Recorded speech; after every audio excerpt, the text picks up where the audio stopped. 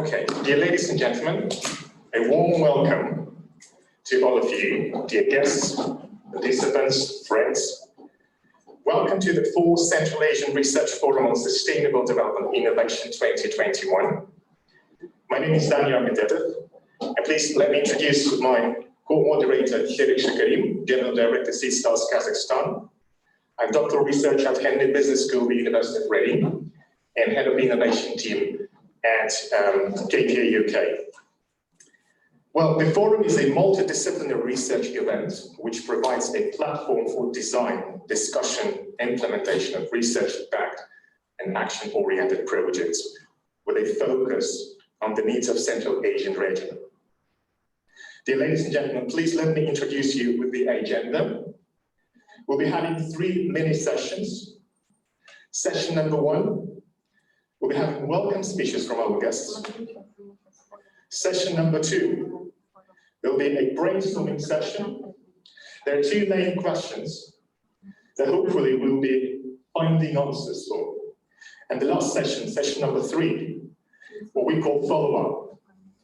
Let me remind you that at the end of the session, we're expecting to have an outcome as the report, a draft report of the final statements that we'll be discussing through the whole forum. Right.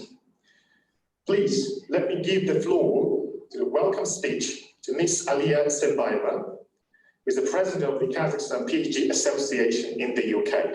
Aliya, the floor is yours. Thank you, Daniyar. Good morning, UK. Good evening, Kazakhstan. And hello to all our attendees all over the world. Welcome to our 4th Central Asian Research Forum on Sustainable Development and Innovation. We are today in Almaty. We have our distinguished speakers in Nur-Sultan. We have our ambassador in London and our partner, Loughborough University at Loughborough.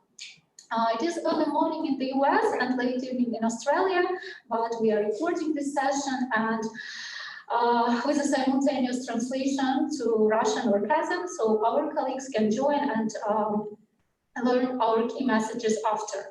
First of all, let me thank our general sponsor, Nur-Sultan Nazarbayev Foundation, and our ambassador and mentor for helping us to organize this event. Thank you very much to all our partners for making their large contributions for making this event happen together with us. This year, we are focused on creating a joint mechanism of the forum development that will meet the goals of our partners, as well as the development institutions that we hope will become our close friends and partners to find joint solutions to achieve SDGs through research and development, training and education, as well as corporate innovation. Let me briefly introduce us.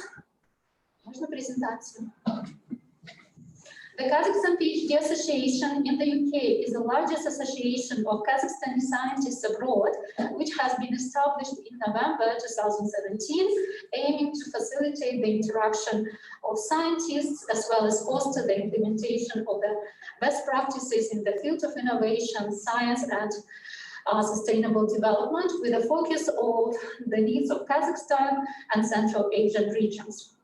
We cover and include PhD graduates and students, mostly from the UK, but also cover our researchers in the US, Canada, Australia, and Hong Kong. Next one, please. Our focus areas include innovation. The head of innovation team is Daniyar, who is moderating the session today. Daniyar is PhD researcher in entrepreneurship at Henley Business School and certified tracker. Urban team, we also have a head of this team today who is Medina Savva. She did her PhD at Carleton University in public policy. We have also ecology and mining teams. One of the experts, Gani, who is PhD in hydrogeology. Also with us today, and also we have our guest, Kanapyanov, who is leader of water management resources team. We cover mostly in these teams renewable energy production for local use, recycling, agricultural, industrial, and domestic waste, digital technologies to efficient use of water and other natural resources. Our mining team has 3 focus areas: water management, health and safety, and bioproducts recovery. We also have Kazakh language team, which is aimed to disseminate knowledge to regions on native language and thus promoting equality. Our economics team is currently focused on translating economics book to Kazakh and also educating people in the regions of Kazakhstan. Our IT team, we also have IT team.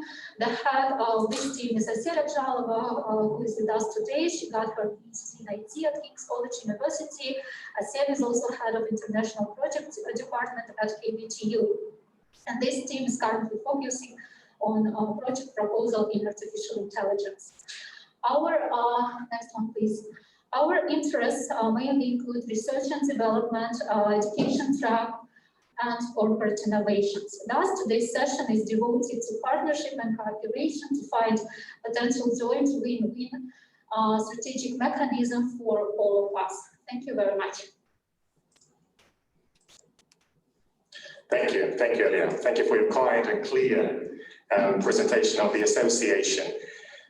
Well, the next welcome speech, we're expecting His Excellency Erlan Idrissov, who's Ambassador of Kazakhstan in the UK and mentor of the association.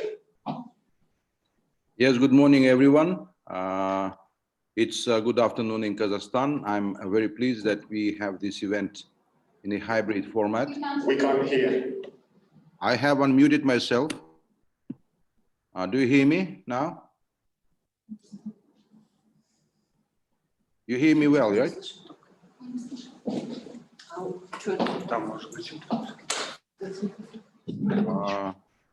I have for the second time, so some hear me, some not hear me. Do not hear me. No, we can't hear. Maybe you don't want to hear me. We're trying to fix it. Please do, please do. On my end, everything is okay. My device shows that it is unmuted. And do you see me? Aliya, do you see me?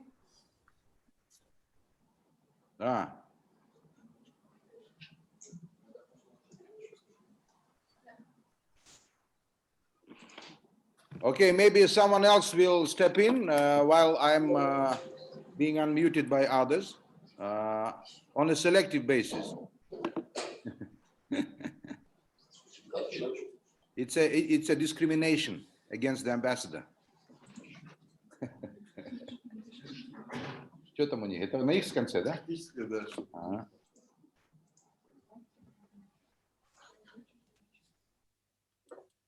Вот. Сейчас слышно меня или нет? Нет, не слышно.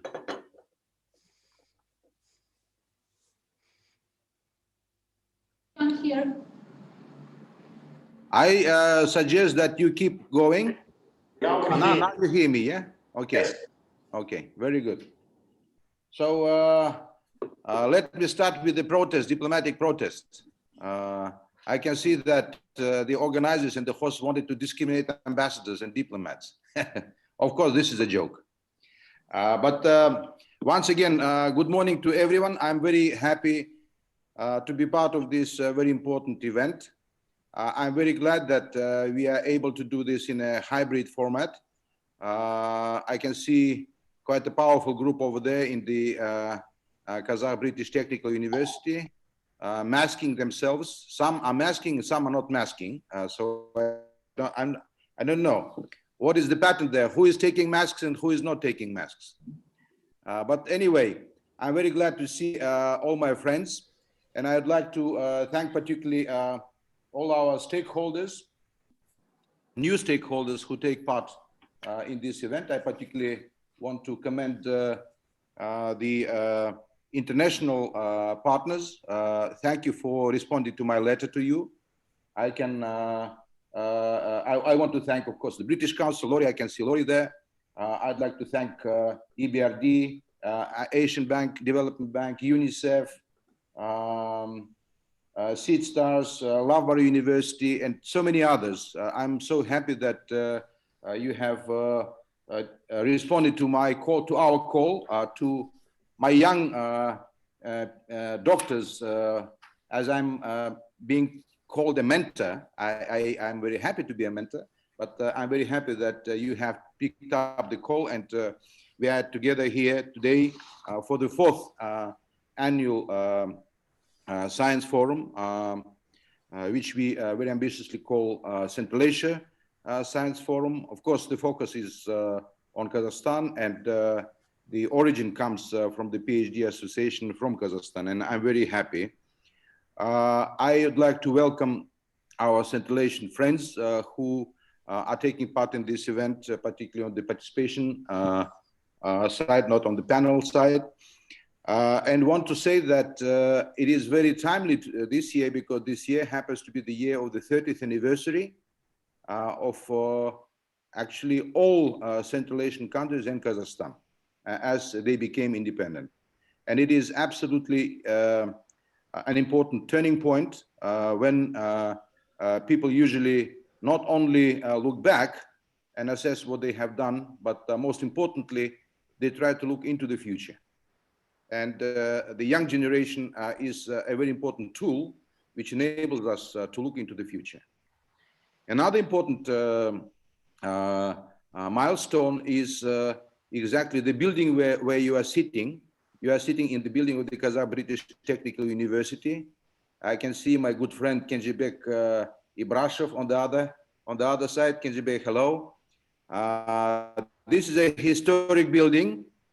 This is the building where the first government of Kazakhstan, Kazakh SSR, Kazakh Socialist Republic, was sitting.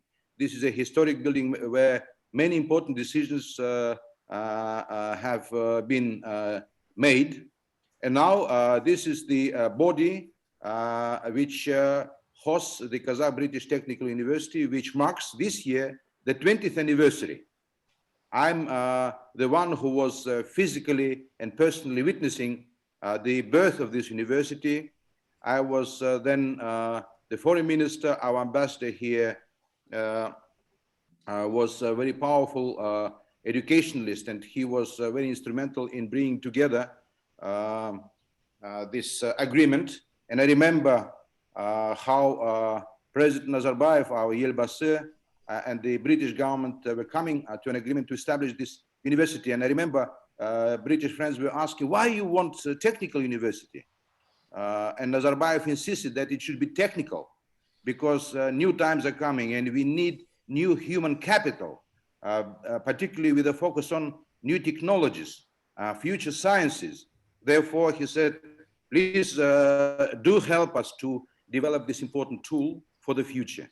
And I think this is coming together today, the 30th anniversary of our independence, the 20th anniversary of the Technical University, the fourth Science Forum, which is being engined, driven by the young generation of Kazakhstan. This is absolutely important and very symbolic. And I commend this opportunity to welcome you all to this important event. We'll have 5 full days of discussions, different panels, different topics, many participants, many ideas will be brainstormed, discussed, and this is exactly what we want to achieve and what we want to see. And of course, I know we are in touch with Aliya in preparing this event almost on a daily basis. My team in the embassy is trying to help young doctors. Of course, important is the follow-up. They will make the summary of the discussions of these 4 days, and then we'll try to make sure that they are being followed in the most practical and resultful way.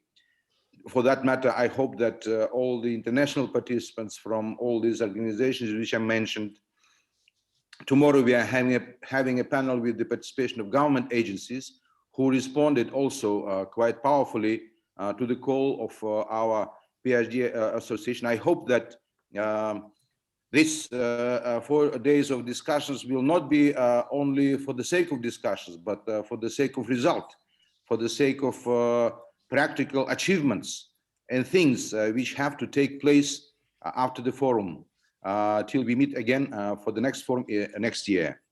This year, of course, was the most challenging year. exactly a year ago, the World Health Organization formally a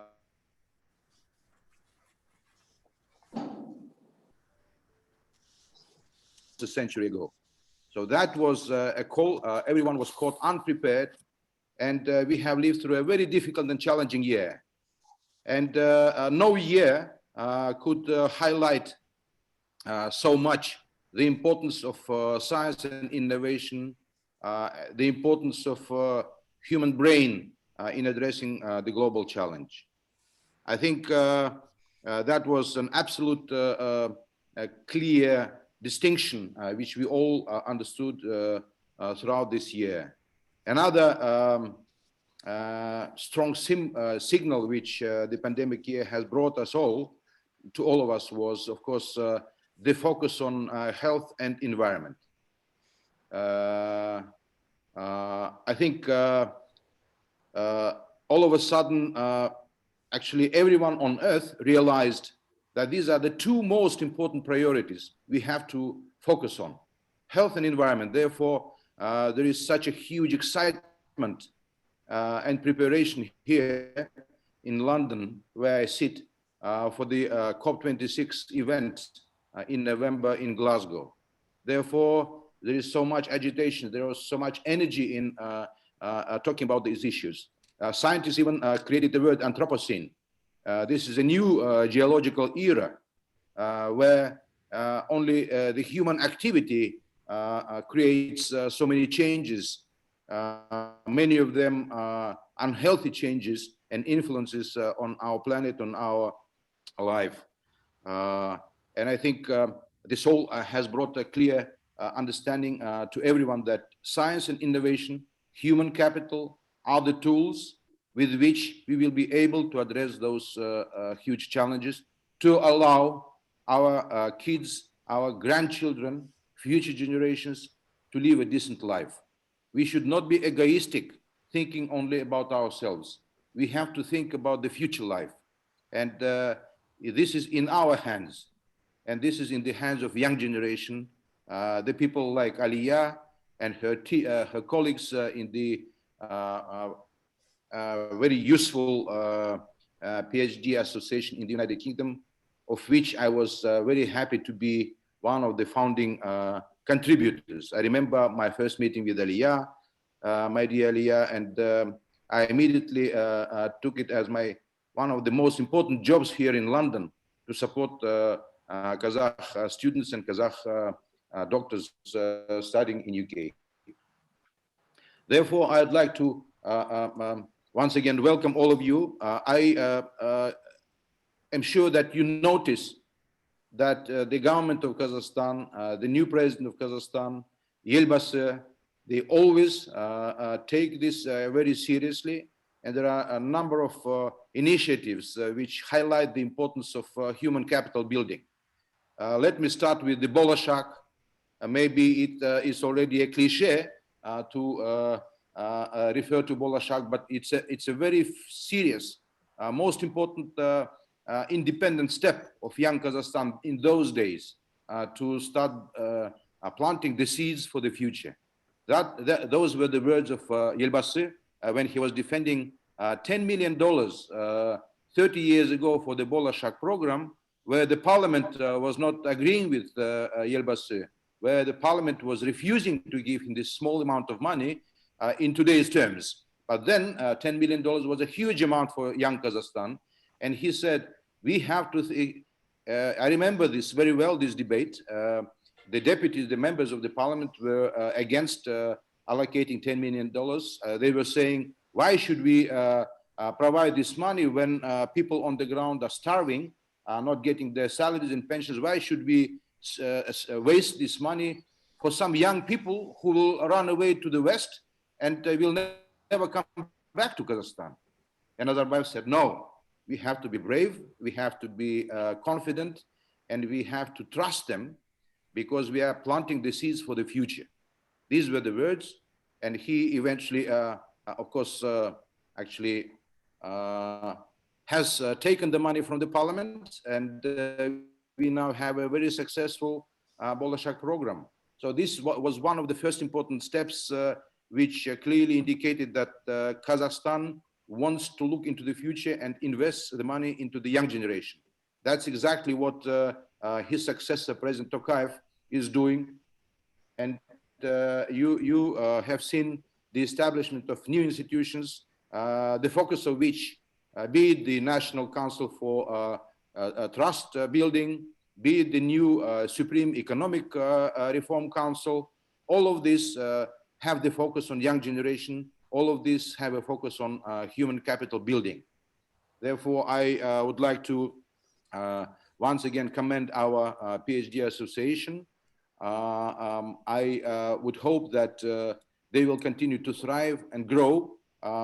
Today, there are more than 100 young scientists, talented, having access to modern sciences in different corners of science, having access to best universities in the United Kingdom and broader in other parts. We have PhD doctors from Canada, from the United States, from Australia, I think. So I would hope that particularly our friends and partners from the international organization will come in closer touch with the PhD Association. I would strongly recommend that you sit down and think sort of MOUs between yourself to develop practical programs for your cooperation.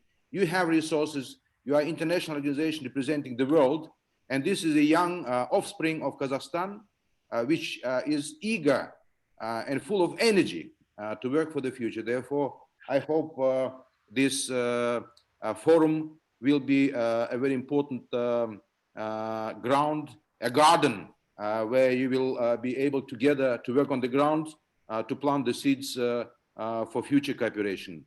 Once again, welcome to everyone, and I wish a very successful coming days in your discussions and deliberations. Thank you very much. And thank you once again for discriminating me at the start. Thank you very much, dear Ambassador. Thank you for your kind and continuous support. We do believe that today's discussion will definitely have an impactful and valuable outcome. And we do believe that the association has been growing in leveraging its expertise. And we really believe in a very, very open future. Thank you. Ladies and gentlemen, please welcome the Rector of the Kazakh British Technical University, Ibrashev Kenzhebek Ibrashev. Thank you. Ваше превосходительство, господин посол, уважаемые коллеги, здесь много наших партнеров нашего университета, коллег, которые участвуют на 4-м Центрально-Азиатском научном форуме по устойчивому развитию и инновациям на площадке Казахстанского британского технического университета. Мы всегда рады приветствовать вас в нашем университете. Мы поддерживаем и будем поддерживать ассоциацию PhD Великобритании. Пока еще рано говорить о результатах, но мы готовы с вами работать. Я думаю, что результаты придут позже. В целях устойчивого развития, в национальном подходе Казахстана цель номер 4 – это образование. Очень важная и горячая тема для нашей страны. В 2025-2030 году эксперты пророчат успех представителям технических профессий, специалистам в области проектирования, управления умными городами, экспертам в области альтернативной энергетики, зеленой энергетики. Мы, конечно, очень обеспокоены вопросами экологии, защиты окружающей среды, особенно экологии Каспийского моря, очень важного водоема для нашей страны. И по большинству этих тем, которые будут обсуждаться на данном форуме, в нашем университете проводится определенная работа как в научных изысканиях, а по некоторым профессиям молодые люди уже сегодня получают образование в стенах Казахстанского британского технического университета. Я тоже хотел сказать о значимости этого года для нашего университета, о 30-летии независимости Казахстана, о 20-летии нашего университета. Но его превосходительство, господин посол, все уже за меня объяснил. Спасибо вам большое. Мы также уделяем одной другой цели устойчивого развития, это поддержка иностранных студентов, поддержки женщин. Мы работаем с программой развития ООН в Казахстане, с посольствами Исламской Республики Афганистан. Сегодня большая группа афганских женщин проходят обучение КБТУ по программам бакалавриата, магистратуры и дополнительного образования формы КВЕД. И мы намерены дальше продолжать наше сотрудничество с программой развития ООН и Афганистаном. Я уверен, что данный форум даст дополнительный стимул для молодежи развивать креативное мышление, навыки в области урбанистики, предпринимательства, защиты окружающей среды и других важных сферах, которые отмечены в целях устойчивого развития Организации Объединенных Наций. Поэтому я хочу пожелать всем участникам успешной плодотворной работы. Пожалуйста, когда нужна поддержка в Алматы, в Казахстане, мы всегда с вами, обращайтесь. Спасибо.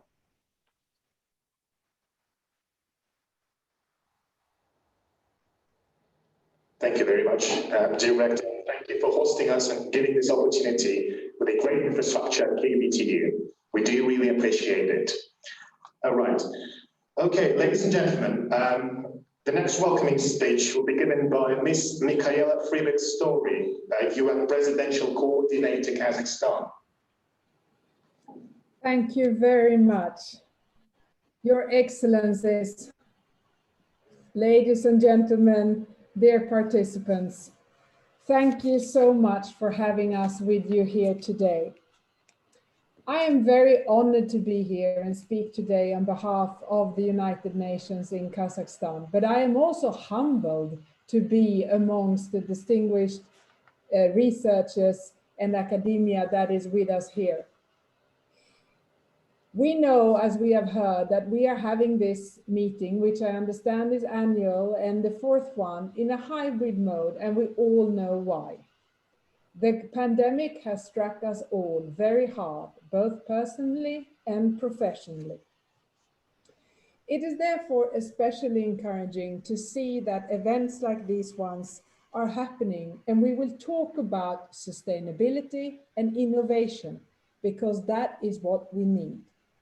The pandemic has severely hit the progress that we have made on SDGs around the globe, and we need innovation, research, new approaches, and new ideas to regain what we lost and to move forward.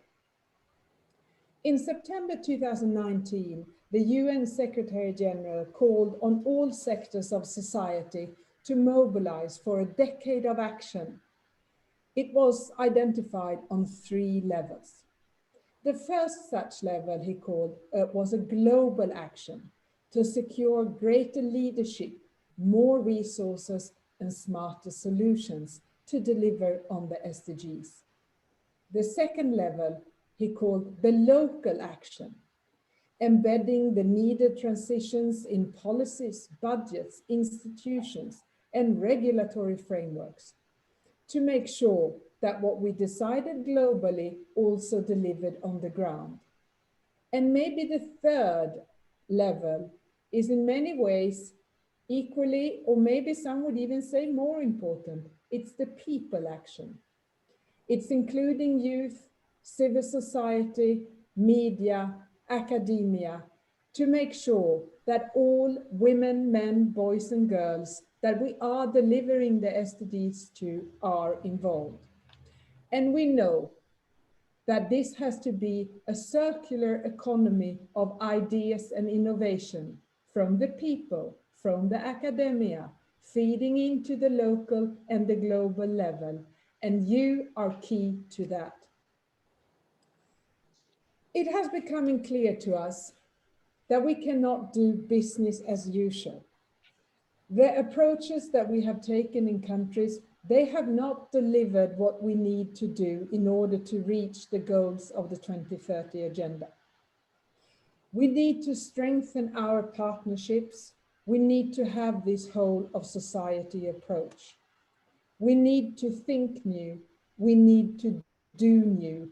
Basically, we need you. We are trying within the UN system, of course. We have, for example, as recently as the 2nd of March here in Kazakhstan, my colleagues in UNDP officially joined a global network of 92 innovative accelerator labs, where they will test and scale new solutions, all based on methods related to sense-making, collective intelligence, and solutions mapping. We will be presenting this and offering these new ideas to the government of Kazakhstan as we move on. I see that my colleague Arthur van Diesen is here from Unicef, and I hope that he will also be able to share some thoughts and experiences from the Unicef very innovative engagement on the Social Innovation Lab, as well as other ideas. But I also want to mention the Food and Agriculture Organization, FAO, that has, for example, come up with a program that they call that is looking at digitalizing agricultural processes. And this is all based on input that has been received from local farmers. This feeds into the digital Kazakhstan and the greening of Kazakhstan. When we come with these ideas and innovations, as you well know, we must think across all of the 17 SDGs. No SDGs can be reached without having support and impact, and frankly, not always positive on the wider scale of development. But during the lockdowns, we had to engage in new ways. We see how we need stronger digital solutions. We need to work with science, technology, and innovations. These are the drivers for change forward. This is where the solutions lie. And as His Excellency also said in his opening remarks, when we are fighting the pandemic, we see the proof how research is finding the solutions to the challenges we are facing. I think that we are going to see a global elevation of the importance of research and science, because no one can deny what we have been able to deliver over the past year when it comes to, for example, developing vaccines, but also finding solutions for those that are locked at home, for example. Let me then finally say that it is clear to us that none of this can be done alone. Even if the UN is very big and very broad, we know that at the core of what we do is partnerships. We work with a wide range of partners in various areas. That is how we move forward, be it academia, be it civil society, be it governments. It doesn't matter. Only together can we deliver on the commitments we have made. We need to focus on science, research, and innovations. And as I said, we need you. The seeds that were planted many years ago needs to grow up to the trees, as we heard, and you are the forest of new ideas that can bring this forward. But let me also say that it is also essential that we keep planting new seeds. Your ideas will spur the next generation. We all look at you and say that you're young, but quite frankly, we also need even younger engagement. So I look forward to listening to you and learning from you, and also hear how we can bring this forward to the next generation, because none of us stay in the youth category forever. So with that, dear colleagues, I am delighted to be here. I wish you very fruitful discussions, and I look forward to listening into you throughout the discussions this afternoon. Thank you so much for having us with you today. Thank you very much. Thank you for such an insightful speech. And we're really grateful to know that you need us, but what we can say, we need you as well. And we're ready to share with the creative and innovative ideas. And hopefully today is the day when we can show that. Thank you. All right, well, this is the end of the session number 1. We're smoothly moving on and starting session number 2. Dear ladies and gentlemen, please let me share some procedural information. There are 2 groups, global perspective, what we call a local perspective. We would love to listen to Dr. Elizabeth Peel from Loughborough University and Mr. Eric Lawrie, British Consul, and their opinion on 2 main questions from the global perspective. What are the key challenges to the sustainable development of Central Asia? That's the question number 1.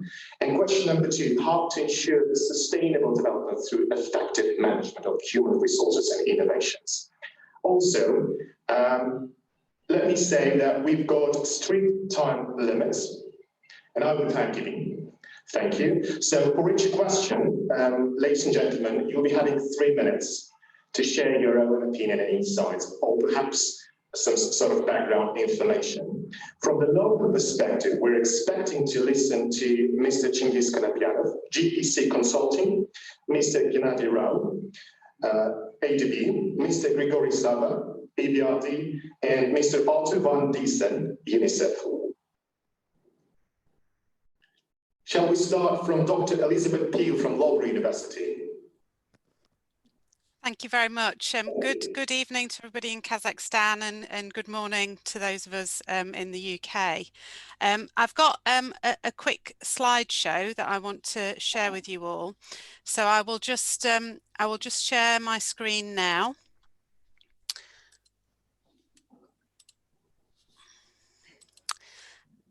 Now I'm going to speak to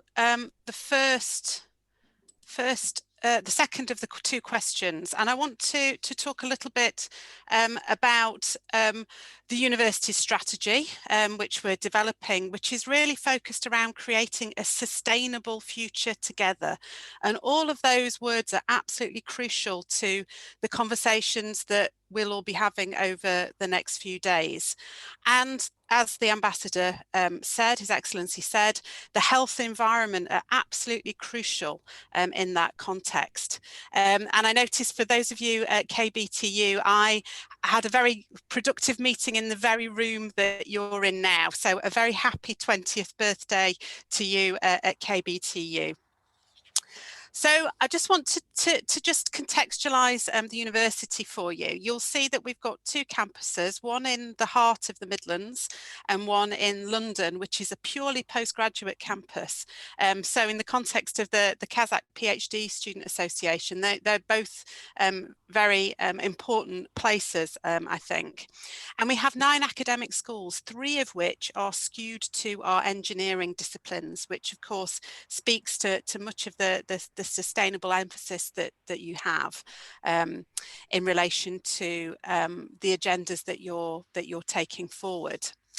As you can see here, we're top 10 in all of the league tables within the UK, and we very much focus on trying to utilise our research to effectively shape public policy and obviously ultimately improve the quality of people's lives. I mean, fundamentally, that's what higher education is all about. And we do that around a number of different key themes in our research. So I won't talk through this slide in any detail, except to say that energy is key, health and well-being probably more important now than ever before. And I'm going to just kind of give you one example of where we are innovating at the university. So we've just launched the National Centre in Combustion and Aerothermal Technology. And this is very much a partnership. So it comprises BEIS, the Department for Business, Energy and Industrial Strategy, the Aerospace Technology Institute, Innovate UK, and support from Rolls-Royce. And this will really enable industrial problem owners to visit and work very, very closely with world-class academic researchers in this area and create new research and innovation which will translate from theory to practice really quickly and as efficiently as possible. We're also at the university very interested in enterprising, and we have an enterprise network which is all about starting and supporting early career researchers with their spin-out companies and really create a vibrant environment to take new ideas forward, and they happen across both of our campuses.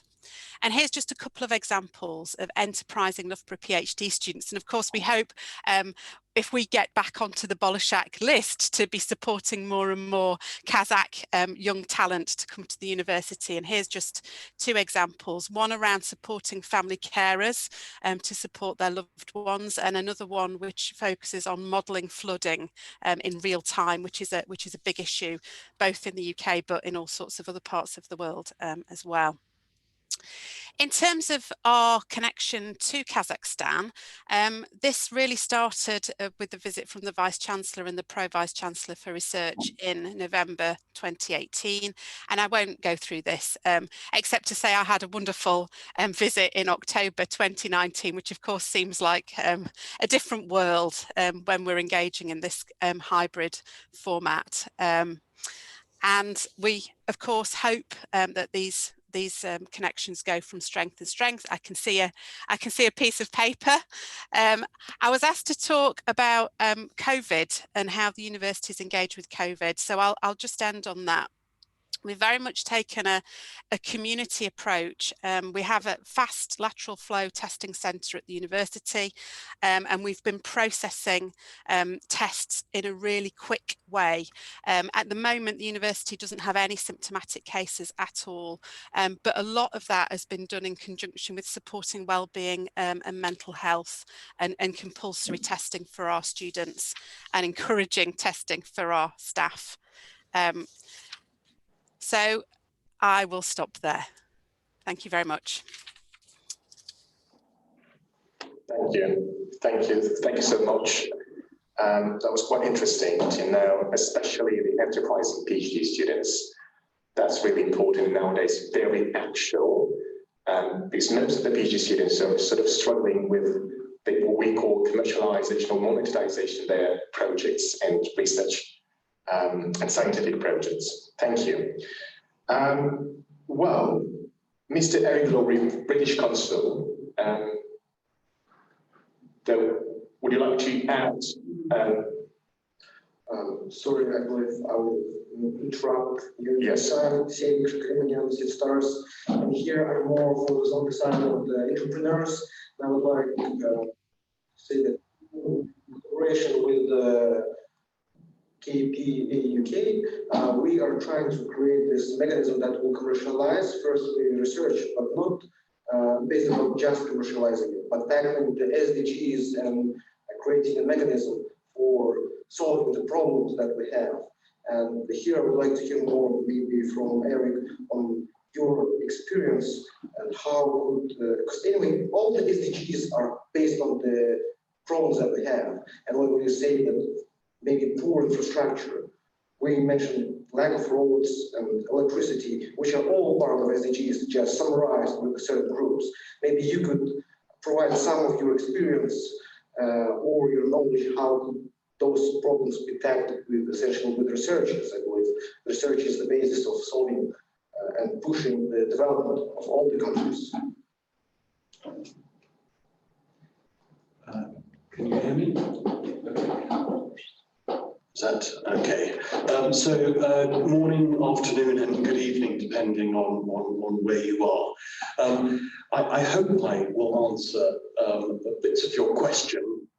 To be honest, the British Council is very much focused on education. So anything I say, I hope, is a provocation around the area of education and looking at youth as a resource that needs to benefit from international engagement. I think what I would say is that adding an international dimension to learning and teaching opens up minds to a broader range of views and perspectives. When students see, hear, feel, and touch a diverse range of views and opinions, they will be better thinkers, better leaders, better informed, and more able to challenge convincingly. The youth of today are tomorrow's politicians, economists, scientists, technology experts, researchers, doctors, etc. I think we can all agree that adding global networks and exposure to international ideas will most likely benefit them personally, but also the country. International engagement brings additional benefits, such as tolerance, respecting difference, be that religious, ethnic, linguistic, and I think one is more likely than not to come across people from vastly different backgrounds. And underpinning all this are the standards and abilities of young people to communicate through English, which is now, as we all know, a truly global language. Without the English language, international engagement is not easy. International engagement can come in a number of ways. At the institutional level, through collaborative research, joint degree programs, student exchange, school links. And at an individual level, it might come through having a level of English that allows one to study overseas, the ability to read texts by international authors, to participate in international events, and of course to be able to postulate for international scholarships. Education should be up-to-date and relevant. By that I mean that students graduate with skills required by the job market and what employers are seeking. And by skills, I mean not just subject area knowledge, but also soft skills, how to study, how to plan, how to convene a project team, how to present, how to engage an audience. The English language is a passport to opportunities in the same way as soft skills are. Without it, a nation's youth is at risk of being insular and introverted, which is never a good thing. Ideas need to aerate and draw on diverse opinions if they are to be robust and stand up to challenge. I think a challenge for Central Asia is to get its education system on the world map, to be seen as a driver of education development and innovation. This presents an opportunity for Kazakhstan to position itself as a magnet for education in the sub-region and for its neighbours to look to it for inspiration. In summary, TNE, or transnational education, has an important role to play in sustainable development. Shall I carry on? Yeah. Where education institutions seek to forge alliances and dialogue with international education bodies to establish joint working, there can only be benefits for the youth of tomorrow and a dynamic, forward-thinking nation. But I would like to finish on one other point, and that is for a country like Kazakhstan to make its mark on the cultural stage. Nothing gives a country greater publicity than what it can achieve in the cultural sphere, be it music, sport, film, dance, tourism. If Kazakhstan is to be part of the global community, it needs to inspire young people. It needs to work on its cultural assets, because the cultural assets are what stir hearts and minds. Thank you. Many thanks, Eric, for your input. And there were a number of things we're trying to get your input as a part of kind of a map that we could have, like shape into a certain report or a certain vision how to solve the problem of, as essentially we think we could tackle SDGs with the partnership between the entrepreneurship, essentially commercializing the research and education that we have. And I thank you for input, especially you highlighted that there is a demand for human resources, essentially up to the high level with both hard skills and soft skills. And you mentioned the collaboration with the international players, transnational education associations or alliances. Correct me if I'm wrong.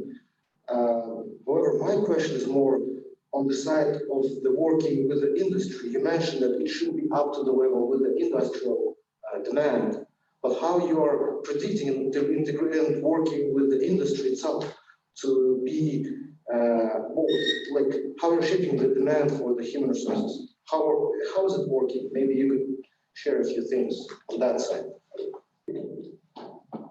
Yeah, I don't think it's up to me or my organization per se to dictate or to tell people how to arrange themselves. But what I would say is that education and industry need to work, as we say in English, hand in glove. I think they need to work together. Industry depends on young people coming out of an education system, coming out of universities with the skills that industry requires. But equally, universities need or want their students to be fit for society and ready to take on employment. So there's a bit of sort of chicken and egg in it. But I think what my main point would be that industry and education need to be working collaboratively and together. Nothing is more important, I think, than making sure that what students study at university is relevant to employers, is relevant to the marketplace, and that and it's not just about subject matter, it's also about soft skills. You can be an expert in physics or, I don't know, aeronautical engineering or, you know, medical science.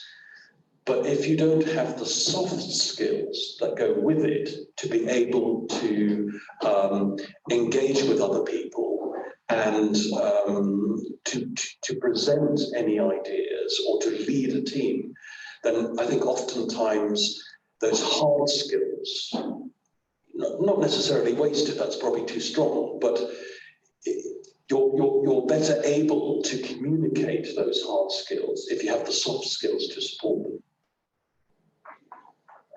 Many thanks for your opinion, especially on the soft skills. I'm working more on the side of not academia, but the business, entrepreneurship, and we do highlight highly mainly soft skills actually. We believe that hard skills are required for academia, but the true collaboration between the education and the industry comes through the soft skills actually. And I would say if the person is a Nobel Prize winner but can't communicate with another person, it's challenging to become the best team and create certain output, which is usually a result of not one person, but a group of people working together. Many thanks for your input again. Serik and Daniyar. Thank you so much. Well, summarizing with the global perspective, it is clear for us that, again, education, and the collaboration with the industry is important. I'm pretty much aware of the Creative Spark Higher Education Enterprise Program by British Council, which is a great example of what I call a hidden collaboration with the industry, and despite the fact that the project, again, is being done for the higher education in Kazakhstan with the collaboration of the UK universities. Thank you so much. Okay, shall we listen to the local perspective? We've got Mr. Chingiz Kanapyanov from GC Consulting. The floor is yours. And let me remind you, ladies and gentlemen, that we've got extreme time limits. So, and I'm timekeeping, by the way. Thank you. Well, thank you, Daniyar. First, I would like to thank Aliya and the association for having and organizing this already fourth conference on sustainable development. But I do see this fourth conference as a continuation of the first Central Asian Sustainable Development Conference that happened and was organized in Almaty in late 19 by Almaty UN Hub and Economic Research Institute of the government of Kazakhstan. The Economic Research Institute is celebrating 60th anniversary this year, so it's maybe one of the oldest institutions and research institutions in Kazakhstan, economic research institutions. And to continue with sustainable developments, that institution, we did manage to develop the first in Central Asia National Sustainable Development Goals platform. that is the platform to unite all government and quasi-governmental authorities, as well as to serve the platform for all legal framework development on sustainable development goals in this country. And I do encourage members of this association to work hand in hand with institution. We have a magazine, a research magazine. We have quite a number of forums, and that would link your global experience and your global outlook with some needs that Kazakh authorities and Kazakh governmental bodies do require here. So I would like to encourage you, all of you, to do that. Out of all 17 goals, I think we have 3 major goals that are of vital importance in our region. I mean, economic cooperation, like broader and larger economic cooperation within the region, educational development, both hard skills, soft skills, STEM, school development, and the whole spectrum of educational development in this country. And the third one, the whole spectrum of ecological issues and ecological development and sustainable development, being renewables, green tech, green finance, and all related issues. For economic cooperation, luckily we do have quite a number of supranational platforms that could and should serve the entire region, including Central Asian Trade Forum that will be celebrating 11th anniversary and 11th birthday this year. We have CARF, an institution organized, run, and funded by ATB that unites all researchers and papers in Central Asia, including broader Central Asia, and also how to link businesses. Here at KBTU we have startup grids, and we support businesses coming out from KBTU. We also helped with that startup grid vehicle. We also helped to establish similar startup engine in our partner universities, for example, in Tajikistan. So we're trying and we're spreading knowledge across the region. And for example, how to link businesses and how to link education. For each of our 11 departments at KBTU, we have industrial councils represented by key leaders like real world businesses, including big 4 banks, Astana, oil and gas companies, petrochemical companies, representing each and every sphere.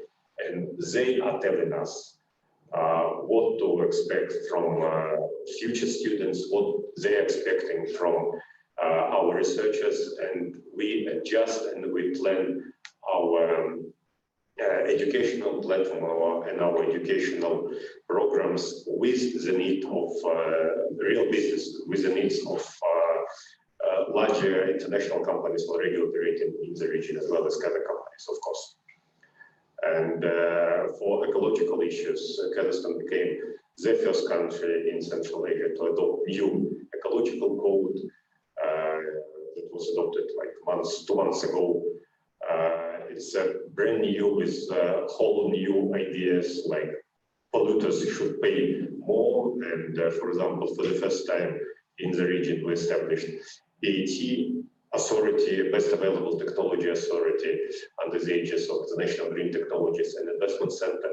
So we're trying to absorb all the best experiences from the worldwide and implement them in Kazakhstan, and we are ready to spread that technologies in the region.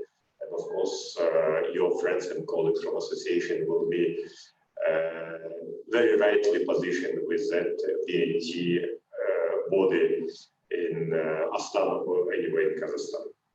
So these are major spectrums, and I do encourage associations to work hand in hand with KPTU, with green technologies, and with the Economic Research Institute in Astana.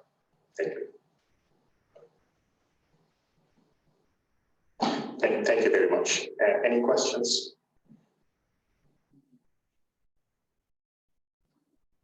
No. Sorry, I have a question. Yes. I think I mean, I'm fine if Eric or Chingiz will answer this question, but I know that British Council is doing a lot to develop so-called career centers in the Kazakhstan universities and to create this path from school to work transition. And as Serik mentioned, of course, it's related to some additional skills, which in UK they call employability skills. Yeah. Would you please, of course, here we need research because we need to study the market demand. And unfortunately, we don't have any data about what is marketable skills, yeah, and what kind of skills we need. And do you see any, or maybe you will give example of any labor market studies in Kazakhstan, where maybe we have to create some statistics on what kind of skills are required in different regions of Kazakhstan, because right now we have a tendency that everybody try to go to Almaty or Nur-Sultan because they know about the market demand in these two cities, but we have no idea about other parts of Kazakhstan. So what about this kind of labor market studies? So maybe Economic Research Institute would be better institution to start this kind of open map. And I know that National Chamber of Entrepreneurs, they did a survey, but unfortunately that was only report, but we didn't see any data, the data for the researchers to work on further. So how to make this data available? Maybe Economic Research Institute can step in on this, because we really need this data to know what kind of skills and the market we need in different regions of Kazakhstan. Thank you. Well, thank you, Medina. Luckily, we do have quite a number of all types of research organized either by some official bodies or by many HR agencies or Big Four and many others. There is also Atlas for Future Professions, which is part of a global initiative, and it is now available online in Kazakhstan for each and every region, for each and every industry. We also have, as you rightly mentioned, Atomican's report on universities, their grade and their employability, as you rightly mentioned. And of course, there are lots of questions in terms of that report as well as many other reports, but at least it will give you some basic idea on what is needed, on what will be needed. And as I said before, we have industrial councils at Kazakh Technical University, for example, and our major partners, they are dictating now what kind of profession, what kind of skills, what set of skills they will be requiring in, let's say, 5-7 years. Just give you an example, one of the major industrial companies deploying a huge industrial project in western part of Kazakhstan, and we work hand in hand with them, that those spectrum of professions that will be needed. So we are studying, educating KBTU students now here, so that let's say 4 or 5 years they will be already employable in all those major projects. Thank you. Thank you. Okay. Again, local perspective, but we would love to listen to Mr. Arthur van Diesen from Unicef. Thank you so much. I represent Unicef, the UN's Children's Rights Organization. It's a great pleasure to be with you this afternoon, this morning in the UK. If you ask me about what some of the key bottlenecks are in terms of achieving the SDGs in Kazakhstan, I would have to point to the education sector. So joining very much in what some of my predecessors on this forum have been talking about. Now, the focus has been a little bit more on higher education in the discussion so far, but I would like to look in a little bit more detail at education at all stages of the life cycle, really starting already with early childhood education. in Kazakhstan, we've seen tremendous progress in terms of access to early childhood education. And that's a great step forward, because we know that children who have had access to early childhood education actually do much better in the early years of primary school education and throughout their school careers. But what is incredibly important as well is that that very rapid expansion in early childhood education in Kazakhstan has been based mainly on public-private partnership. So a lot of that expansion has been in the private sector. It's been a good thing, but we are a bit concerned about the quality of early childhood education and how we can ensure even quality in the early years of children's educational journey. So that's an agenda still to address when it comes to early childhood education. Then when we turn to primary and secondary education, the concerns about quality continue.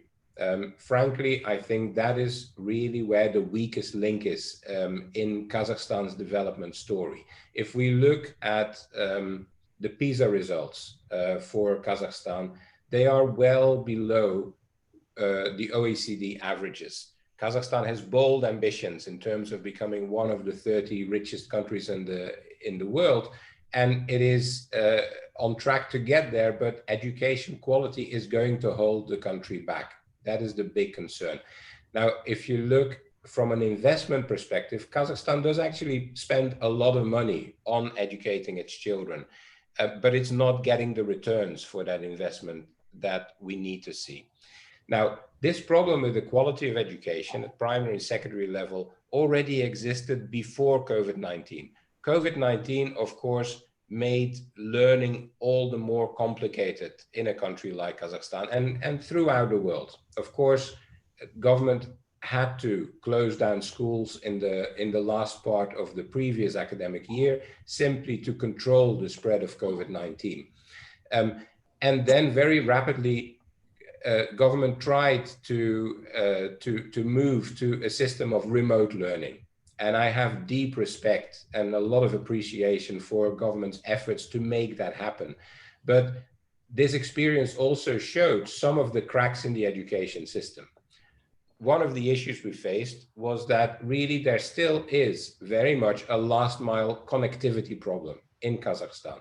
Even though Kazakhstan has, again, made tremendous progress under the banner of Digital Kazakhstan, there are still schools that are not connected. There are still households that are not connected to the internet.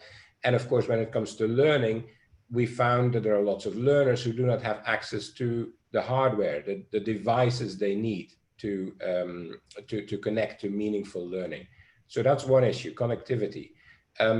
Content is another issue. There are lots of different digital learning platforms in Kazakhstan, but they're not necessarily comprehensive. They're not well coordinated between each other, and they're not necessarily suited for those students who are most at risk of being left behind. Thinking, for example, about children with learning difficulties, children with disabilities. So content is another issue. And capacity is a third issue we ran into. Capacity on the side of teachers to run remote education satisfactorily. Capacity also on the side of parents to accompany their children in a remote learning journey. And to an extent, but that was not the biggest issue, I think, capacity on the side of pupils as well, in terms of being able to engage meaningfully with a digital learning journey. Now, the biggest problem that I see is that COVID and the lockdown and the blended education situation we moved into has actually led to learning losses. And the evidence of these learning losses is only now coming to the fore. So we are beginning to see evidence that children have fallen behind quite considerably as a result of school closures and this whole experience we went through. And the learning losses are uneven. So they're uneven by subject. So we see, for example, that in maths, the losses are much larger than in some of the other topics. We also see that they're uneven by region and by socioeconomic background. So we really need to understand the learning losses that have occurred, because there is a catch-up journey that we need to put children on. We need to recover the learning losses that have occurred.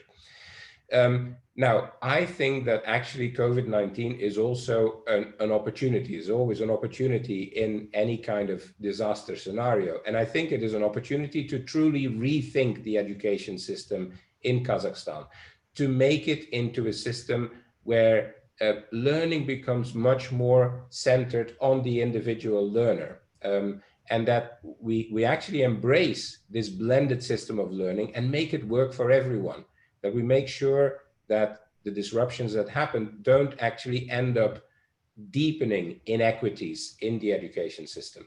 Very final point I will make is just to underline what the colleague from the British Council already said about the importance of the soft skills, the skills to communicate, to problem solve, to work with others, to manage yourself. That is a refrain that comes back over and over again whenever I talk to any business leader in this country.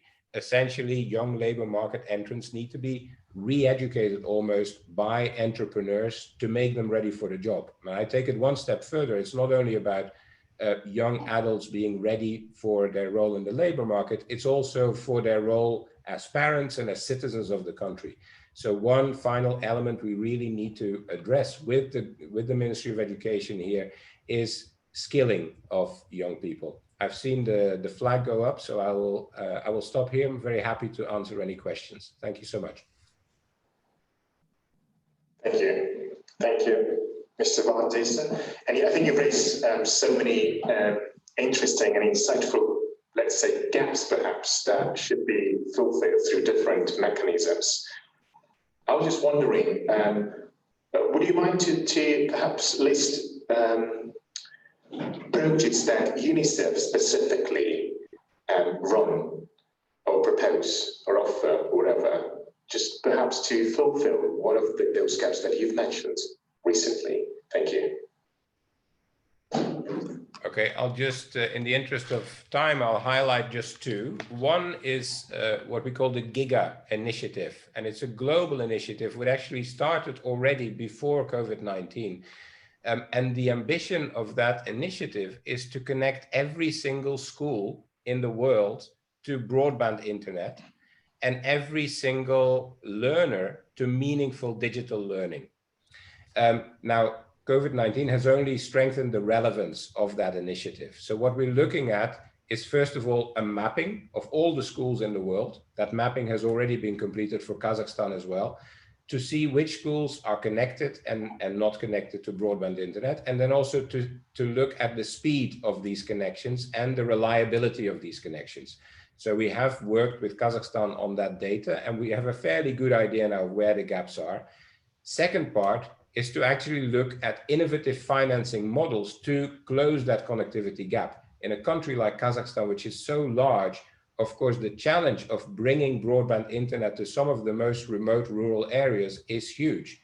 We need new technologies and we need new financing models in order to do that. And with the various government counterparts here, we're trying to engage with that precisely.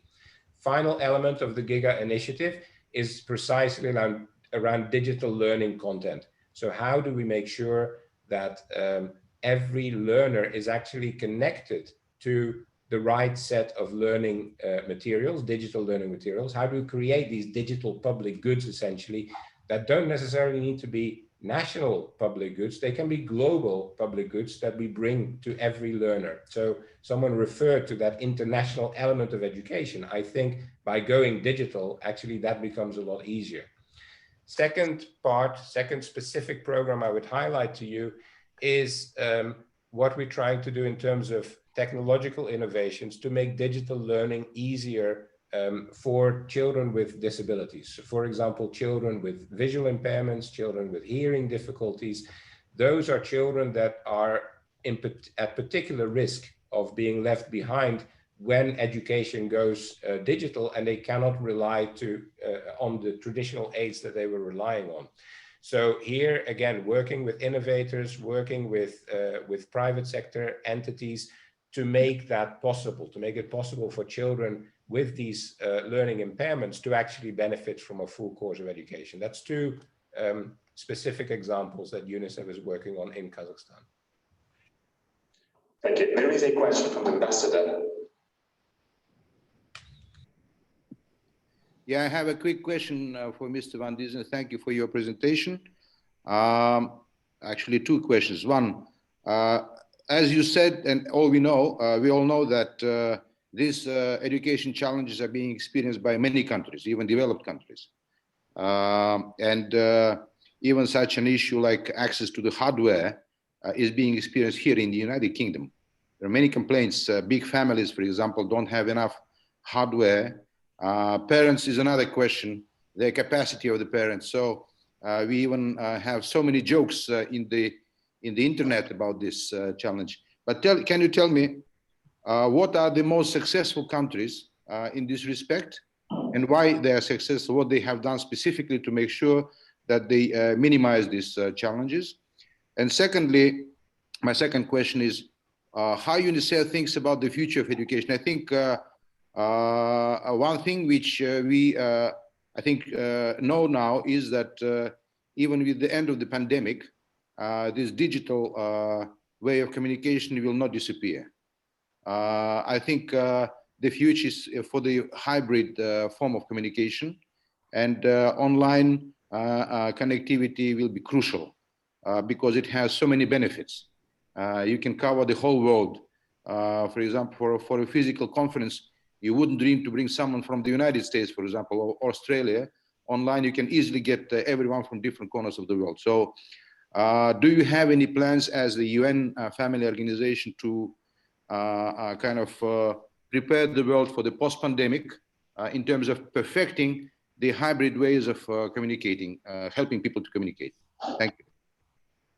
Thank you so much, Your Excellency, for two very useful questions and interesting questions. And we could speak for a very long time about both these questions. On the first one, in terms of international experience, without going into great detail, I think the countries that have been more successful are countries that have been really realistic about their capacities. There are countries that have been too confident that they could go fully digital, and they have fallen down. Now, the countries that have been more successful have taken a much more realistic view on what is possible given the existing infrastructure, given the level of capacity of students, giving access to devices, and have found a combination of different learning pathways. So yes, online where it is possible to go online, through TV, through radio, face-to-face where it's safe to do so. So those blended approaches really have been most successful. And it links actually to the second question. I absolutely agree with you that blended learning is here to stay. It provides huge advantages. I think what is really important, the key concept, I think, to the future of education is to develop multiple pathways to learning that are really suited to individual learners. Because if you look at individual learners, and I'm, of course, from a UNICEF perspective, mainly talk about children here, about primary and secondary education. Every child comes with specific talents, with specific abilities, and with specific shortcomings and special needs. So really, the situation we're in now, where we're developing different pathways to learning, is also one that allows us to become much more individual in our approach to the needs of individual learners. And I think that is absolutely the key. But that really is a complete reimagination of the education system, right? That's a revolution. It's no longer students in a classroom and you fill them as empty containers with knowledge. No, it's really taking every individual and recognizing that levels of ability differ, and therefore educational approaches need to differ as well. And the technology we now have at our fingertips, as long as we get everyone connected, actually facilitates that kind of approach. Totally agree with you that the international element becomes so much easier, getting adolescents to speak across the boundaries. I mean, we're still in a region that is blessed by having a lingua franca, right? So we can easily connect the countries in the former Soviet Union and start developing common kind of public goods, public learning goods that can be shared across countries much more than they're being done now. Thank you. Quickly to the countries, so specific, whether Germany, Sweden, where we should send our delegations to learn. I'll need to get back to you. I need to consult with my education specialist on that. I don't want to stick my neck out on that one. You try to be diplomatic, right? I'm also a diplomat. Yeah. Okay. Thank you. Thank you. Thank you. Thank you so much.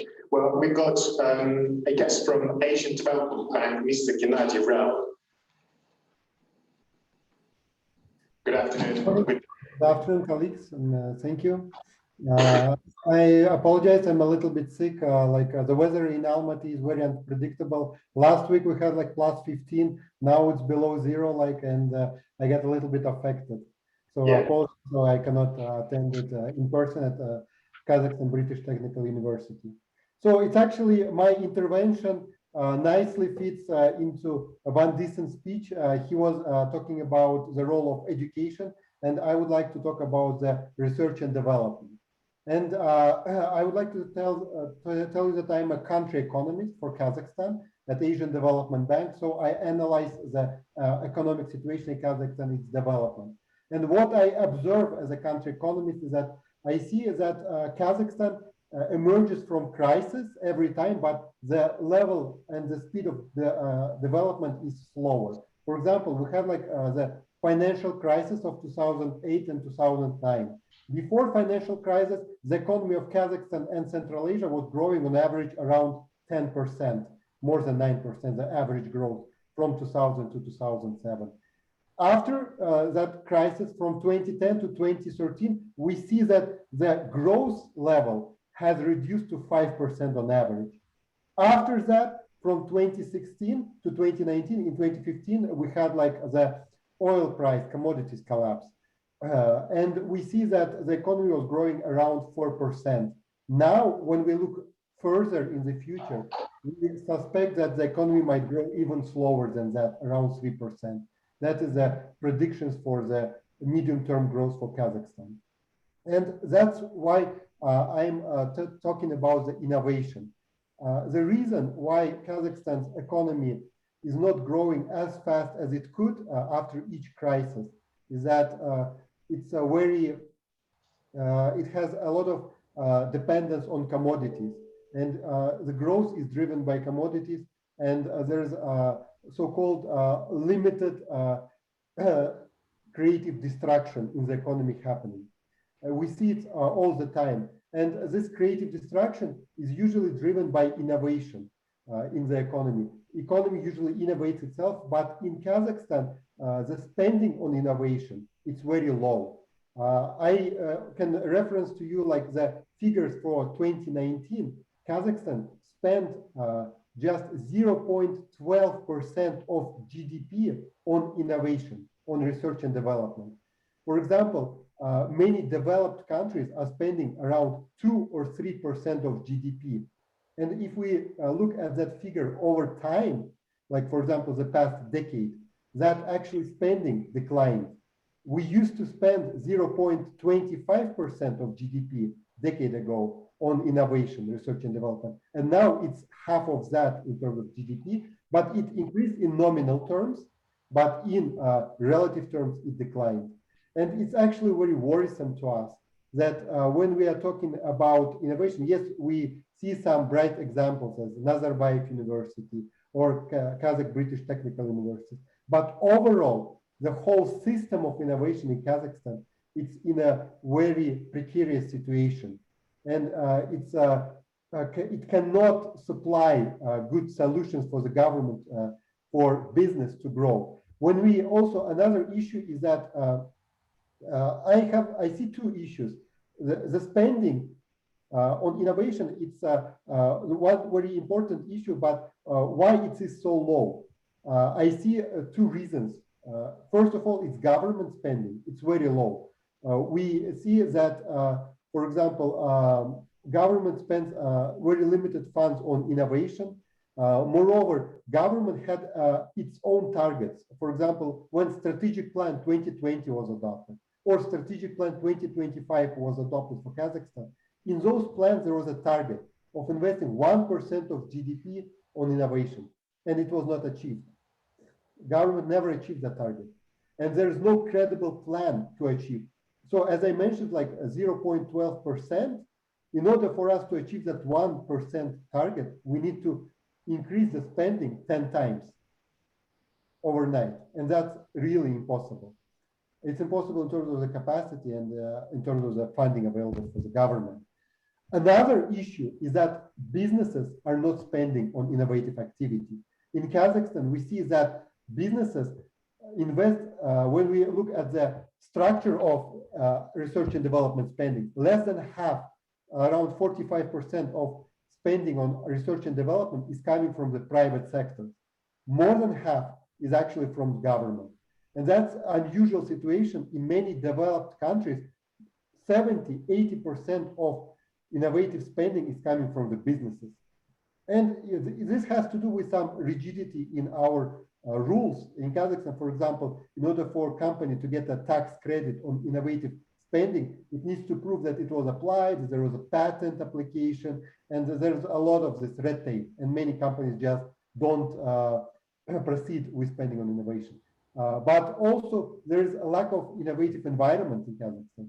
They do not know where to invest into innovation. And for example, all of you know that President Nazarbayev tasked many firms in oil industry to spend 1% of their revenue on innovation.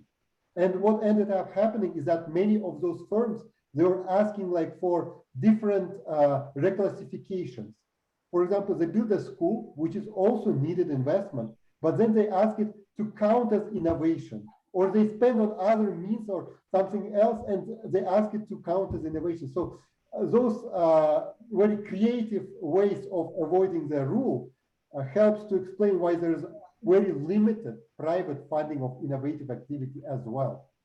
So I see that my time is running up. So I would like to say that development partners are happy to help Kazakhstan. We provided a loan for the government in 2020. For example, we provided $1 billion loan, counter-cyclical loan, to help a government to adjust to the COVID-19 reality. We also provided more than $3 million in grants to the government of Kazakhstan. For example, one of the grants was for very innovative product. We helped Kazakh IT developers to produce a COVID-19 web application, which helped the Ministry of Health to track the COVID-19 patients, to develop the map of their contact persons and to monitor the situation. So we are ready to help, but I think that government needs to become serious about innovation if it wants to propel the growth of the country in the future.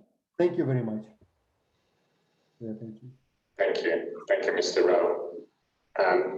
Thank you for such an insightful speech.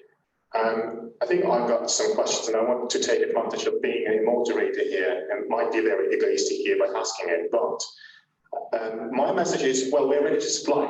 Apart from financing that you've mentioned, that should be leveraged, definitely, and I definitely agree with that, and I think most of us are okay. What about the role of human capital here? Specifically, if you look at, just let me give a case of the association. We've got plenty of people having, you know, a fundamental expertise in a specific topics. So, and we are partnering with support institutions that actually are creating what we call innovative ecosystem or innovative environment. What do you think about the role of science, young talents, that's young scientists, okay, or PhD students, or just fellows, and perhaps solving or helping to deal with the challenges that you've mentioned so far? Thank you, Daniyar, for your question. I think that it's a step in the right direction. Like, for example, we all know what was happening in early 2000s in Kazakhstan, when we had like really diploma mills in terms of when candidate of science was given to almost anyone. And then those councils were closed, and now the rules of getting like a PhD degree are very strict. They actually stricter than abroad. I have a good friend of mine. He's actually giving a speech like maybe tomorrow, day after tomorrow. Aliya Sembayeva. He's a student in the UK, and I have another friend of mine who is studying in Kazakhstan. And the rules for him to study PhD in UK are more relaxed than here in Kazakhstan. Here in Kazakhstan, we have to have like 2 supervisors, one from abroad, one from Kazakhstan. You have to publish in impact factor journals. So the rules are really strict, and they are in the right direction in the sense that we need to have very strong candidates. But by making such strict rules, we have very limited supply of PhD. Now we have we are having like this issue of that overall the system is becoming like starving. There is no many researchers. As I mentioned, we spend very little amount on R&D, and also we have less than 22,000 people who are engaged into R&D. That's also a very small number of researchers as well. So I think government needs to somehow like increase the spending on research and development, as well as expand the number of researchers, because like when you have more researchers, you have more competition, you have more publications, better environment, more debate, because like if you have very limited number of researchers, even though they may be very high caliber, but still there will be a very limited number of opinions at the end of the day. So I think there's some room for improvement. Government did right things in mid-2000 by closing that, by strictening the rules. But now we need another step to increase the number of researchers and funding for research and development. I hope I answered your question. Thank you. Thank you so much. I was just a bit expecting you to perhaps position Asian Development Bank. How do you collaborate with research fellows and PhD students and researchers? Again, you mentioned some very nice solutions that ADB already also implementing. Would you say that the role of, again, young researchers was crucial here, or there is nothing to say about them? I'm asking you because we do see a challenge of, when a doctoral researcher has a great solution or a research project, but unfortunately, the part of commercializing it or monetizing it really, dainty, let's say. Yeah, I understood you. So talking about Asian Development Bank, I can honestly tell you that most of our funding, it comes to infrastructure. We are like a very old bank which funds like very big projects, like for example, Western Europe, Western Asia, like this highway, like Western China. So yes, majority it's like hardcore infrastructure, but we're modernizing and we're trying to fund more like, not like research per se, but digital technologies and other areas. And here we see an issue, and the issue is that it's difficult to find really good local talented young people. We see that the foreign solutions often are better, sorry, and sometimes come cheaper. And we know that we need to help to develop Kazakhstani local grown solutions, and we try to invest in local talent. But it's not easy, to be honest. And we run through, for example, sorry, for example, to hire consultants for that application, web application, We had to organize, sorry, I will drink some water.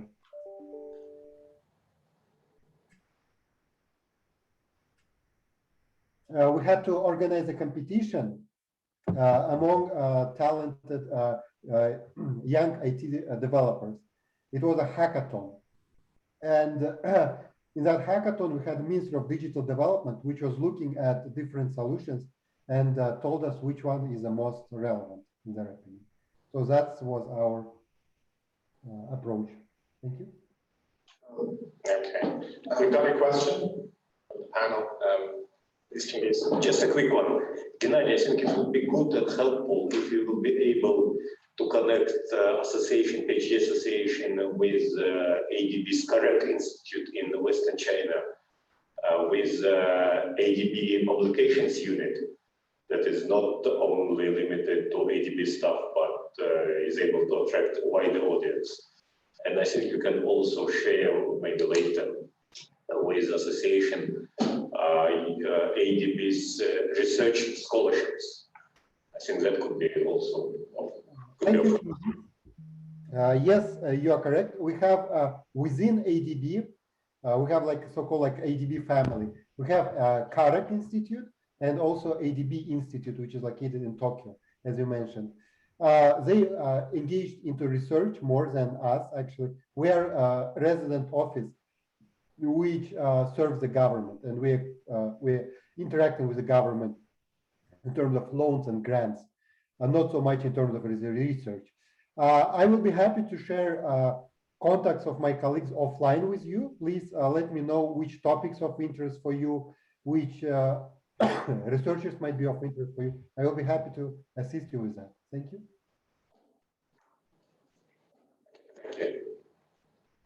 Also, please let me remind you that we've got a white blackboard here and we're fixing everything. So to create a report finally, well, when we finish these sessions. Thank you so much. Okay, so this is the end of session 2, but we've got expert comments and questions from Serik. Yeah, I believe I have the common question maybe to all our participants. And the question is the following. I heard a great comment from Genadiy regarding the support of the innovation R&D, and coming from the business background, I would say that I am investing more than 1% in R&D and innovations. But for me, the issue is not to provide the money, but the issue is whom I should give it. When I'm coming to university, they say, okay, here's the research. But as a business entity, I don't need research. I need the solution to my problems. And for me, the biggest problem in Kazakhstan, which I face as the potential financer of R&D, is what is in between, what is the agent that will adapt maybe and involve the university, and whom I should give money to get the solution for my problems. Maybe you could highlight some ideas, because this is a problem more local, but maybe you could provide some insights of more international solutions that you have met, or some potential ways to solve it here in Kazakhstan. Thank you.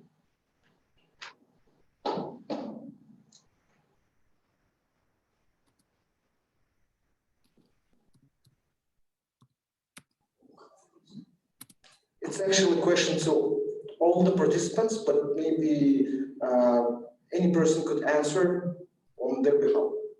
I believe we can start from development banks, because they have more experience maybe on that side, and then further on, because it's part of the infrastructure in my opinion. Well, there is IT Garden based in Almaty, and they are official one of the recipients of that 1% research coming from all the mining companies. So I think it would be good to get in touch with them and establish some. They also have all types of opportunities, both for research and for business incubators. So I think it would be good to get in touch with them. Yeah, many thanks for your replies, but the question is here more about the mechanism overall. Like, I understand that there is a tech garden, but it is mainly focused on the mining, and I'm not part of the commodities business. I'm more into the intellectual services and essentially I'm from an IT background. I'm working with the startups and working with the intellectual property mainly. Maybe you could highlight the innovation in that side more, because the commodities are more, let's say, well established, and R&D centers are there, are rather established, like well developed too, especially with the national companies and the tech garden and similar organizations, both governmental and non-governmental.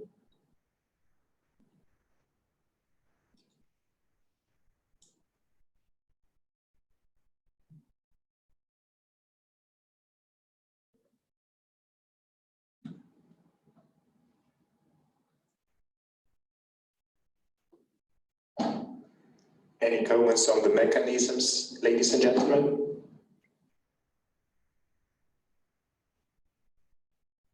We've got some comments in the chat. I think all those mechanisms are well stipulated in the law, and just go back to the basics and see the law.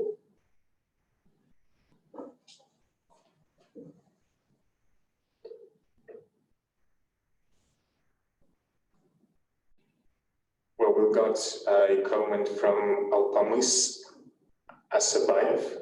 So there seemed to be a correlation between number of researchers and the amount of GDP spent on R&D. That was a question. So on the other hand, Mr. Rowell stated that the quantity does not produce quality. Thank you, Aliya, for your comment.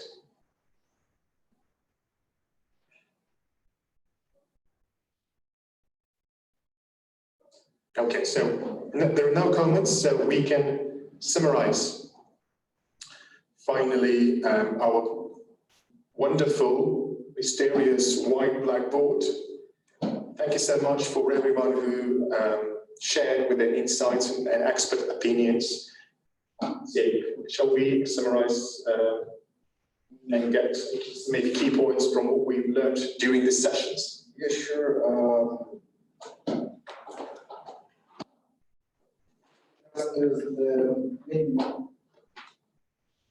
Just as a short summary, I believe there were a few inputs, and I here would like not to highlight all the participants individually, but say general problems that we have highlighted during this session.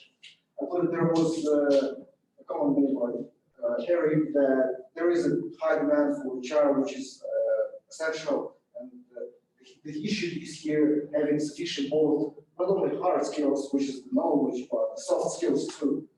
The second thing, and I believe ATB has highlighted that one, saying that the soft skills are more or less essential in work. And there was another comment that education is the mechanism for solving these soft skills, but it's a bit lacking maybe in Kazakhstan at the moment. And Martina has provided her question regarding this employability and research for it. Another problem that was highlighted is there is a cooperation between universities and industry, but to be frank, on my side, I think here what's the best solution besides just talking to the associations and the industrial companies. Actually, here my example would be good cooperation with Mercedes University, Mercedes company. They have created a platform where you could they're listing all the problems, and you can provide your solution. And once you provide your solution, you can get money out of it, which is the Mercedes is essentially developing this procedure through the digitalization. And this is another topic that was raised during the discussion that we had, that digitalization of education is very, I would say, important problem, not a problem, but a thing that requires a solution. It's quite challenging. Yes. The last ones that were remained is, I believe, education that was especially for the early stages of development. So we have quite well developed late education, say with the universities, PhDs, but the question is more on the early side of it, with maybe from the kindergarten up to the high school. maybe the problem somewhere is there too, because I believe it was mentioned that the level of education, especially with the COVID impact, shows that there are certain gaps in education and which requires being solved. And the last one that was mentioned, I believe, is specifically highlighted by Genadiy for full duration of his speech, that R&D is the good mechanism of developing and fostering high economic growth. And he highlighted that there is ADB loans being provided, but here the government is the main actor to take part in fostering this development. There were some other initiatives regarding the financing, how those problems are being solved at the moment. I believe the more clear one that at least I have identified on my side is the ATB's initiative regarding their direct mechanisms, which is the loans and the grants. And I believe thanks to Chingiz, he has highlighted that ATB is a much bigger family that could provide actually much more input on the side of solving this problem. And another one that was provided by the Unicef representative is the GIGA initiative, which is very interesting, and we will dig deeper in that one, especially regarding the content adaptation, which is, I believe, one of the essential problems that we could help on our side with the expertise from the associations and our support as potential financing and making it as a sustainable digital platform solution. This is, we believe that this way of going from the problems through the financing and solutions will be an outcome that we want to receive. Another, I believe here is some of the things that we have heard on the side of the suppliers or the people who are involved in this process is mainly universities, some involvement with the Big Four or some research institutions, like economic research institutions that Chingiz has provided inside. And on the side of the education here, I just mentioned the schools and the digital platforms. So we can see that now it's not only universities are the only sole recipient of the education process, but the markets too. And digitalization is helping that side. And a few of the things that were mentioned, I believe there are good outcomes or results that could be used in our report as the ways of solving it. Essentially, the global network. That's what we're trying to tackle here with getting all the experience around the world, trying to solve it and essentially scale the experience of our countries. There were a few, not saying negative, but a few issues that are alarming and we need to tackle is the low level of innovation, especially with the business. And I believe the United specifically stated that mainly the case for the mining companies with the RIGI process. And it's a problem that I believe we'll be raising tomorrow with our government representative participants of the forum. Another thing that we already highlighted is that the researchers are another way of solving the problems. I believe Chingiz has highlighted this through the provision of the researchers that would be a bridge between university and market with like Big Four or research institutions.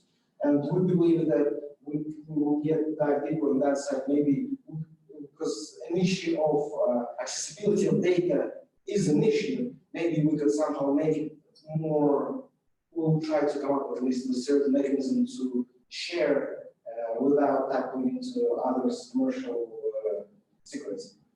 The last three things that here I would highlight is that education problem itself, especially with the content for early stages, and especially another factor with the skills, soft skills specifically, is to be added in the process. And I believe tomorrow we will raise this question with the Ministry of Education. And another two issues is, of course, the infrastructure issues.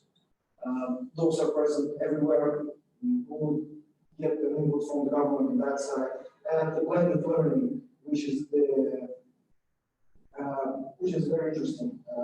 Essentially, what was mentioned is the future of education is developing individual education for every person. And it's not only for that people with certain difficulties, but any person, because the educational process itself is rather challenging and individual. And maybe digitalization could be one of the ways of solving this problem, especially the hybrid education. Those are the few things. Please don't be very strict on us, because we want to get the input of all the various stakeholders to see the full picture, how they see the problems and solutions, and through our at least prism of research and development, how could we solve the problems of SDGs specifically, or maybe economic development growth as a whole, as some of the big things. Daniyar, maybe you could. Yes, well, that's a draft of our, thanks so much for the picture. I would like to mention some stuff about the ecosystem and to position the association. Association is very much ready with the capacity and expertise to help to tackle the challenges that we've just raised with you, dear participants.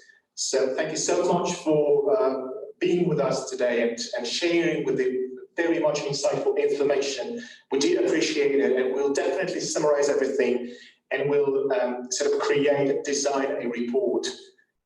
So, well, we still have tomorrow, and we've got, perhaps we'll have a different picture with the government representatives that really position differently everything. So again, thank you so much for being with us and having us.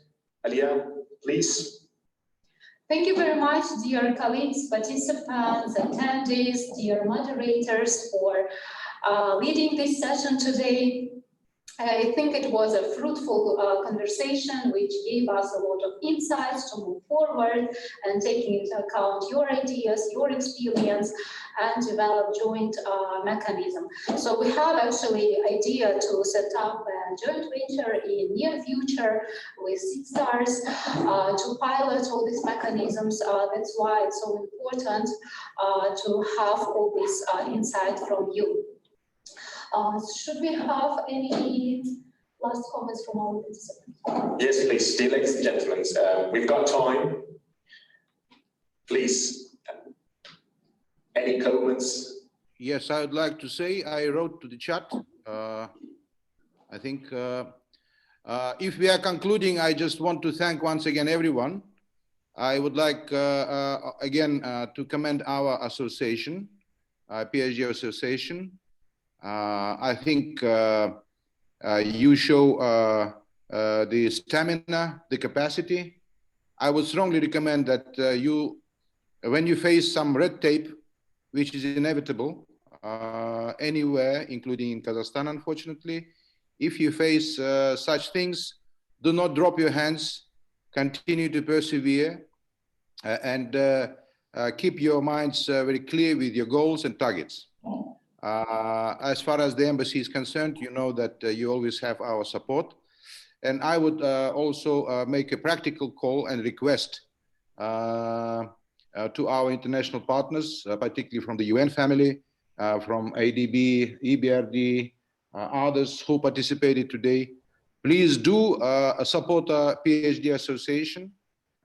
This is a trustworthy group of young, energetic, dedicated people, and I strongly recommend them. I hope, Aliya, you will have follow-up meetings with those organizations to talk about joint steps in terms of connecting and bridging science and industry, commercialization, the scientific research, and many other topics which we will be discussing over the 5 days.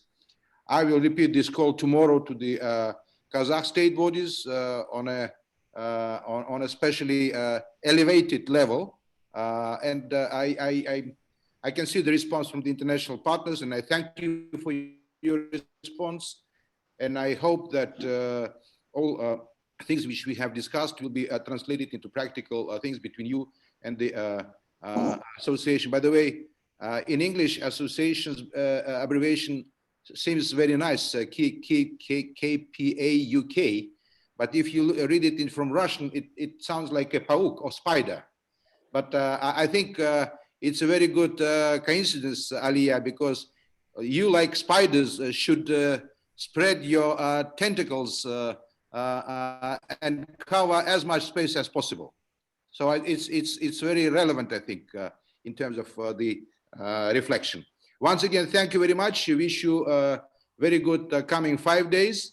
And of course, I wish you a very successful celebration year for Kazakhstan. We will have so many events. We plan so many events in the embassy.